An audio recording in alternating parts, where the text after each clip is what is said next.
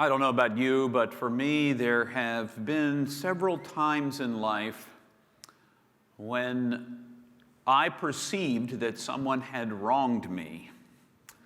And they had wronged me enough that I was simply not going to let it go, that I was going to hold on to the power, what I perceived to be the power of the control that I held by holding tightly to that thing they had done wrong to me. And in the end, the thing I held tightly to did nothing to them and everything to me. Twisted my insides, twisted my view of the world. I would find myself carrying it, waking up in the middle of the night with the thing bothering me, that this person had never apologized and I had never been able to let it go, as if somehow they held the power for whether or not I let it go or not. Letting go is hard work. It's hard to do. Think about it. We grasp onto everything. If you have a really good moment, if you're having a really good time, what do you want to do? Well, just like Peter in the story of the Transfiguration, you want to build a little booth. You want to hold it up. You want to set up a pedestal so you don't lose it. And if you're having a really bad moment where somebody has misbehaved, you want to hold on to it so you can kind of rake them over the coals in your mind. You want to hold on and grasp to it because you feel like grasping it gives you some kind of control. If you really look at time, the things that we think we control, we don't. That thing that happened in the past. And the longer I hold on to it, the longer it holds me in the past instead of letting me be right here, right now. That's why I am convinced that Jesus tells this particular story. Why Matthew puts it right here in the whole big sweep of things in chapter 18. Today we're looking at the Gospel of Matthew, chapter 18, and we're beginning in verse 21. We're going to focus mainly in verses 21 and 22. There's a parable that comes after it, and parables are, all open to interpretation. So you can listen to it, read it, think about it for yourself, but I'm going to focus mainly on the first part because for me the first part is what blows me away. So listen to these words that the Gospel of Matthew relates to the Matthean community about the stories of Jesus. Peter, there he is again, that guy, Simon Peter, comes along. In fact, by the time that the gospel is written, he's referred to much more often as Peter than he is as Simon. And it's not because his name had caught on, probably, by the time he was still walking around with Jesus, but by the time that they're writing the gospel down, much later, everybody just called him Rocky. Because that's what his nickname was. That was, if Jesus gives you a nickname, you want to keep that bad boy. So, and that's what Peter means. It's essentially Rocky. Hey, Rocky, how you doing? And so Peter comes along. Peter came and said to Jesus, Lord, if a brother or sister sins against me, how many times should I forgive? As many as 7 times? Jesus said to him, not 7 times, but I tell you, 77 times. It actually can be translated. The Greek is ambiguous. It could be 70 times 7. A lot, essentially. A lot. For this reason, the kingdom of heaven may be compared to a king who wished to settle accounts. When he began the reckoning, one who owed him 10,000 talents was brought to him. It's an outlandish amount of money. I'm just taking an aside so you know, 10,000 talents, we don't deal in talents. You and I don't deal in talents. But it's like if somebody showed up to you and wanted a balloon payment of 15 years of debt in one payment. 15 years of whatever you earn all at once. Just to show you how big that was, 10,000 talents is more than 10 times what the entire region paid in taxes. The entire region around where Jesus was teaching. So if Jesus is teaching 10,000 talents, everyone knows this is a lot. This is way more than is even realistic. How would you even run up a debt of 10,000 talents? Unless somebody crackheadedly just kept loaning you money. I just can't imagine that you would even get to. It's like, have you ever played that game? Spend, Bill Gates' money, and you go on, you try to spend it, and there's so much money that you find out you can't spend it, no matter what you want to buy. You can't fix everything. You can't spend it all because there's just too much. All right, way too much. All right, got that. When he began the reckoning, one who owed him 10,000 talents, way more than imaginable, was brought to him. And as he could not pay, the Lord ordered him to be sold together with his wife, children, all his possessions, and payment to be made. Now let's just be straight about something. Even if he was sold into slavery, he couldn't pay it back. There's no way. 10,000 talents is just beyond imagination. So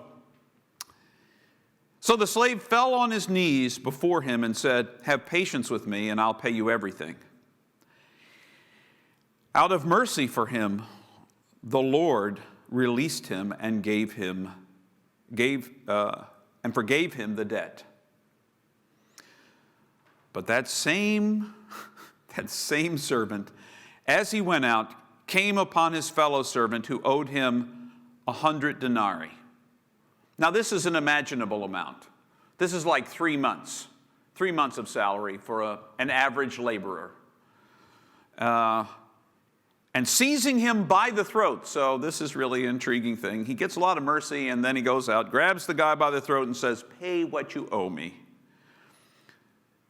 The fellow servant fell down and pleaded with him, "Have patience with me, and I will pay you." But he refused. He threw him in prison until he would pay his debt. I don't know how you're supposed to pay your debt from prison. I just don't know how you earn any money or do anything, but until you pay your debt. When his fellow servants saw what had happened, they were greatly distressed, and they went and reported to their Lord what had taken place. Then the Lord summoned him and said to him, "You wicked servant, I forgave you all that debt because you pleaded with me. Should you not have had mercy on your fellow slave, since I had mercy on you?" This is the gospel of our Lord for this morning. Praise be to God. Peter has a question. That boy is never afraid to ask. If he has a question, and this is the way it should be with you. If you've got a question of God, you should just say, "God, I don't understand how this thing works. I do not get it. So I'm going to pray, and maybe I'll get an answer. Maybe I won't. But I'm going to keep asking this question until I have some sense of satisfaction." God is perfectly fine with your questions. In fact, you can't ask a wrong question of God. I'm convinced of that. Questions lead to deeper relationships. They open doors. So here comes Peter, real name Simon, to talk to Jesus. "Jesus, if my brother or sister sins against me, how many times should I forgive him?" Now the transactional answer is somebody sins against you. One transaction is let it go. One. So Peter thought, you know what? I'm going to show how generous I am. I'll just say 7. I will even multiply 1 by 7, because 7's a good number. It's a number of wholeness, completeness. 7 days in a week. 7 days to complete the building of the world, including a day of rest. 7, good number. I'll say 7. That'll impress Jesus. 7 times. How about if I do it 7 times? Do you think that's how many times? The 8th time, boom, I bring the boom down. It's tit for tat after 7. But up to 7, not so much. I'll let him go. And then Jesus says something that's even more outlandish, which is essentially beyond counting. Beyond counting. Beyond counting. And then he tells that story.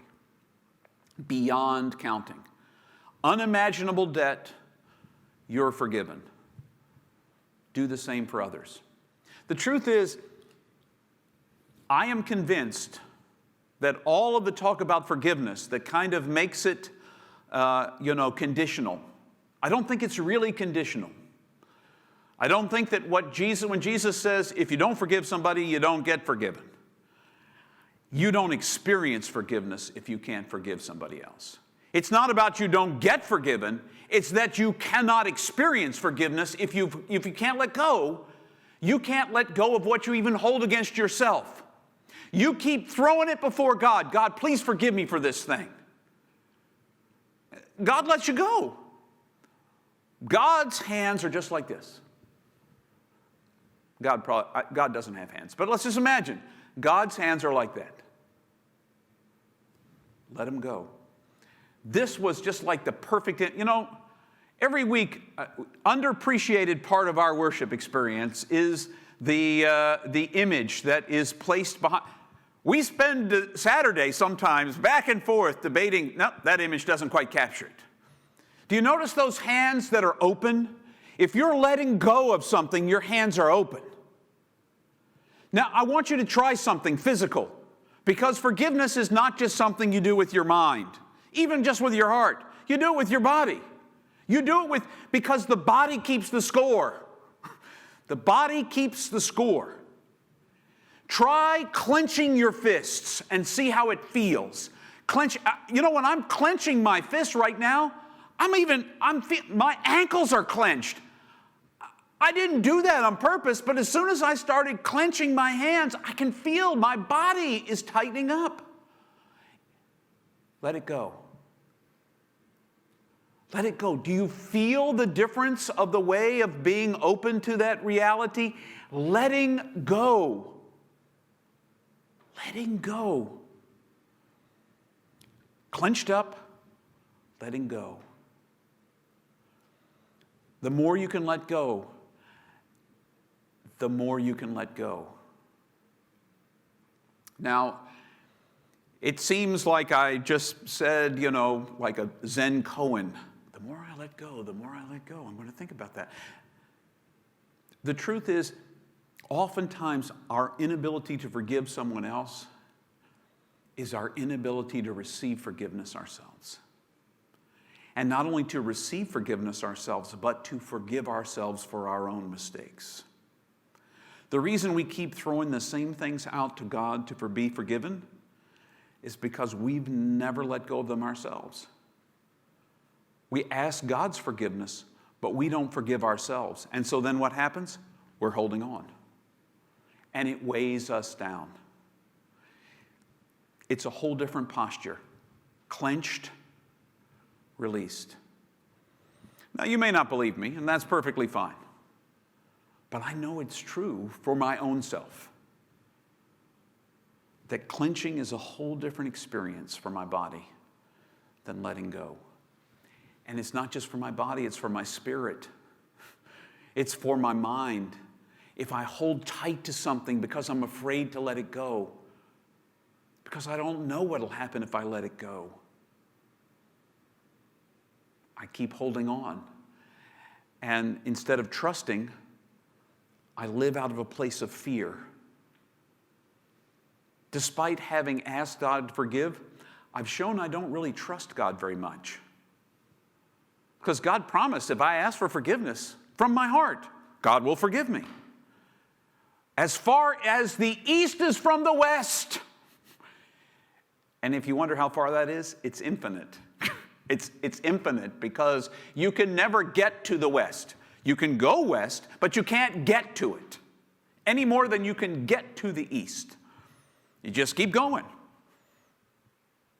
Either way, as far as the east is from the west, when you are forgiven, that is what happens for God. But for you, you can't quite believe the good news. You believe that you got to do something to earn it. I can't get your forgiveness right now, God, because I've got to earn it. You have your own ledger sheet. In your mind, you are adding and subtracting. And this is the God of the universe who does not do adding and subtracting. Now listen, if you're wondering if God is capable of doing math, I'm sure if God wants to do math, God can do math. But God doesn't do math that way. God isn't sitting somewhere with a tablet marking, oh, look, James messed up again. Oh, there he goes again. Oh my gosh, this one is getting really heavy on this side. This side over here, really light. I'm waiting for him to do something good. Eventually, maybe he can balance it out. God's not looking for balance. When you let go of something, it's just gone. You just let it go. Sure, you might remember it, but it no longer has power in your life. It no longer controls the way you see yourself or that you see the other people. You know when you're holding something against somebody or you feel like they might be holding something against you, that sometimes you avoid even going near them. Look at them. You look at them. You see them in a room. It's like, oh, I can talk to you.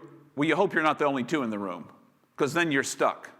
But if there's at least one other person in the room, you hope that you get to them first so you can have a conversation, and then X is left over there. But the last thing you want to do is see that person, because it's weighing on you. And when you see them, all that you feel is all this bile and ugliness come up inside of you. This is why forgiveness is important. And this is why Jesus lays this blanket, infinite statement about how it all goes away. This blanket, infinite statement. Grace is bigger than you can imagine. This is my biggest problem with God. I think God can only be as big as my imagination. Have you ever thought that about God? Only as big as your own imagination? I used to think I had a very vivid imagination, but it's not big enough to have God fit in. It is simply not that big. God is bigger than I can imagine, bigger than I can think, bigger than I can feel. And until I can learn to recognize that this grace is a free gift, that I can do nothing to earn, but that God will gladly, with deep joy give me. When I learn that and learn to trust that, then the way I see myself and the way I see the world is changed. This is part of that whole transformation piece. We don't sign on the bottom line of becoming followers of Jesus just so that we can check a box to get into heaven.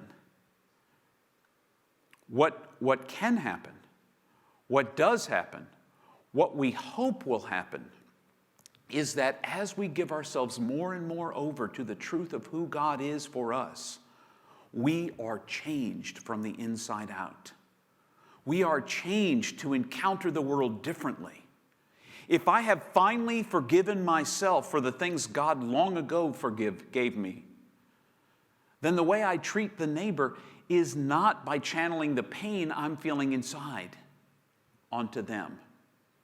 Richard Rohr, yes, one of my favorite teachers and mentors, says that you can do two things with pain in your life. You can be transformed by the pain and emerge on the other side, or you can transmit the pain to others. Until you learn to forgive and be forgiven, you're going to keep transmitting that pain that you're feeling inside. There's at least 2 or 3 things that I bring up with God all the time asking for forgiveness. Things from my childhood, things from my adolescence. I'm sure God is, if there was an eternal God with head sitting in heaven with a hand, let's just imagine for a moment, because this is how I imagine it. God's like, I let this go a long time ago, James. Please let it go. And I can just see the sadness in God's eyes, whatever the eternal eyes look like. Because God is like, I let this go a long time ago, James. I let this go a long time ago. Please let it go. It is trapping you. It's no longer that you control it, it controls you. You're not holding it and grasping it, it's grasping you and it's squeezing the very life out of you until you can forgive and let go. Let go. Your life can't be new, truly new. James, please just let it go. And if you're hearing this message from me, if there's something that you keep revisiting that shames you in your life, that you keep asking for forgiveness for, it's not God who's having trouble forgiving you for it. It's you who's having trouble letting it go. It's you. It all comes back down to you. It all comes back down to me. God unconditionally, infinitely loves you. God so wants to reconcile with you. And for you to feel that reconciliation, not just God to feel it, but for you to feel it, for you to know it. Because if you felt reconciled to God, it would change your whole relationship to every other human being, to the whole world and the universe. That reconciliation would change the way you perceive the world. You would be transformed from the inside out. Forgiveness. Now, the funny thing is, I saw this morning. Richard. In my email box. You know, I get his daily devotional from the Center for Action and Contemplation. And this morning, he reminded me that forgiveness is letting go of a wished-for past. Forgiveness is letting go of a wished-for past. I wish I hadn't said that. Well, you did. Let it go. You can't unsay it. You can't go back to change that. But you can let it go. And if it's really bothering you, the person you said it to, you can ask them to let it go. Now, you can't control whether they let it go or not. That's up to them. But you can let it go. Because I am convinced he's absolutely right. When I sat, that was like a little light that went off as I was sitting in my chair this morning praying. Wow, forgiveness is letting go of a wished-for past that will never be. That past will not change. But this now can, if we let go. Let go. Letting go is hard to do. But that stance of open hands, letting it go. When you ask for forgiveness, I want to invite you to do something in your own life. When you're sitting alone in prayer, when you ask for forgiveness, maybe you sit in your chair and you sit with your hands like this, or maybe you have them in your lap. But when you ask for forgiveness, lift your hands up like this. God, forgive me. I let this go. Forgive me. Isn't that what forgiveness is? It's letting go. Stop wishing for a different past. Let it go. That's forgiveness. It will change your life. Bit by bit, you will find healing, hope, and salvation in doing it. So try it.